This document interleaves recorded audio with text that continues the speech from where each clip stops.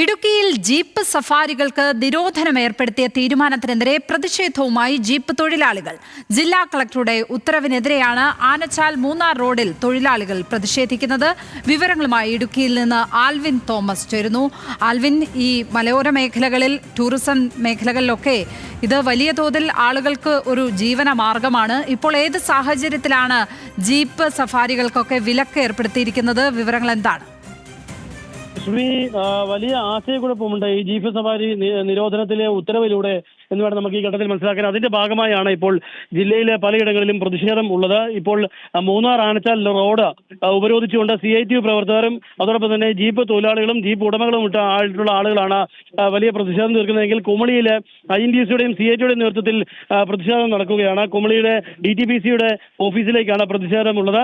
ഇങ്ങനെ ജില്ലയുടെ വിവിധ ഇടങ്ങളിൽ ഈ പ്രതിഷേധം ഇത്തരത്തിൽ തുടരുകയാണ്. കഴിഞ്ഞ ദിവസമാണ് ഇടുക്കിയിലെ ജീപ്പ് സഫാരികൾ നിരോധനം ഏർപ്പെടുത്തിക്കൊണ്ട് ഇടുക്കി ജില്ലാ കളക്ടറും ദുരന്ത നിവാരണ അതോറിറ്റിയുടെ ചെയർമാൻ എന്ന നിലയിൽ ജില്ലാ കളക്ടർ V വിഘ്നേശ്വരി ഒരു ഉത്തരവ് ഇറക്കിയിട്ടുള്ളത്. ജീപ്പ് സഫാരിക്കും ഓഫ് റോഡിനും നിരോധനം ഏർപ്പെടുത്തുകയായിരുന്നു ഉണ്ടായിരുന്നത്. അത് വ്യക്തികൾ നടത്തുന്നതാണെങ്കിലും സ്ഥാപനങ്ങൾ നടത്തുന്നതാണെങ്കിലും ഇവയ്ക്ക് ബാധകമാണ് എന്ന തരത്തിലാണ് ഉത്തരവുള്ളത്.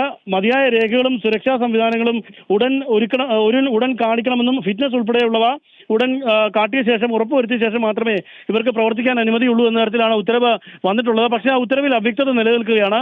ടൂറിസം മേഖലയിലെ മാത്രമാണോ, അതോടൊപ്പം തന്നെ ഈ ചരക്ക് നീക്കം ഉൾപ്പെടെയുള്ള ജീപ്പ് നീക്കം അത്തരത്തിലും അവരും വലിയ പ്രതിസന്ധി നേരിടുന്ന ഈ ഉത്തരവിലൂടെ എന്നുള്ളതാണ് ഏറ്റവും ശ്രദ്ധേയം. അതുകൊണ്ട് തന്നെ വ്യാവസായിക മേഖലയിലും അതോടൊപ്പം തന്നെ ടൂറിസം മേഖലയിലും ഒരുപോലെ ഈ ഉത്തരവ് വലിയ തോതിൽ പ്രശ്നങ്ങൾ ഉണ്ടാക്കുമെന്നുള്ളതാണ് ഇവരുടെ പ്രതിഷേധത്തിന്റെ കാരണം. അതുകൊണ്ട് തന്നെ ഈ ഉത്തരവിൽ വ്യക്തത വരുത്തണമെന്നും ഉത്തരവിലൂടെ ഈ ജീപ്പ് സഫാരി നടക്കുന്ന സ്ഥലങ്ങളിലെ ഉത്തരവുകൾ അവർക്ക് വേണ്ട ഫിറ്റ്നസ് ഉറപ്പാക്കിക്കൊണ്ട് ഈ ജീപ്പ് സഫാരികൾ ഉൾപ്പെടെ നടത്താൻ അനുമതി നൽകണമെന്നുള്ള ഒരു ആവശ്യമാണ് ഇപ്പോൾ ഈ ഡ്രൈവർമാരടക്കമുള്ള ആളുകളും തൊഴിലാളികളടക്കമുള്ള ആളുകളും നടത്തുന്നതെന്ന് വേണം നമുക്ക് ഈ ഘട്ടത്തിൽ മനസ്സിലാക്കാൻ.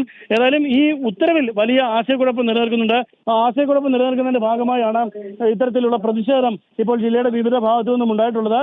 കഴിഞ്ഞ ആഴ്ചയിൽ മൂന്നാർ പോതമേടുണ്ടായ ഒരു അപകടത്തിന്റെ കൂടി പശ്ചാത്തലത്തിലാണ് ഇടുക്കി ജില്ലാ ഭരണകൂടം ഇത്തരത്തിലൊരു ഉത്തരവ് ഇപ്പോൾ ഇറക്കിയിട്ടുള്ളത് എന്നുള്ളതാണ് നമുക്ക് മനസ്സിലാക്കാൻ കഴിയുന്നത്. പക്ഷേ അതിൽ ഉത്തരവിൽ കൃത്യമായി സമയമോ സന്ദർഭമോ പറയുന്നില്ല എന്നതാണ് ഈ ഉത്തരവിന്റെ ഏറ്റവും വലിയ വീഴ്ചയായി നമുക്ക് കാണുന്നത്. വലിയ തോതിൽ ആളുകൾ ജോലി ചെയ്യുന്ന സ്ഥലമാണ് ഈ മേഖല എന്ന് പറയുന്നത്. ജീപ്പ് സഫാരി നടത്തുകയും ഓഫ് റോഡ് സഫാരി നടത്തുകയും പ്രത്യേകിച്ച് ടൂറിസം മേഖലയിലടക്കം വലിയ തോതിൽ ആളുകൾ ജോലി ചെയ്യുന്ന മേഖലയാണ്. ആ മേഖലയാകെ ഒന്നാകെ പ്രതിസന്ധിയിലായ അവസ്ഥയിലാണ് ഇപ്പോൾ. അതുകൊണ്ടാണ് ഇത്തരത്തിലുള്ള പ്രതിഷേധം ഇപ്പോൾ ഇവർക്കിടയിലുള്ളത്. ലക്ഷ്മി, ഇടുക്കിയിൽ നിന്ന് ആൽവിൻ തോമസ്.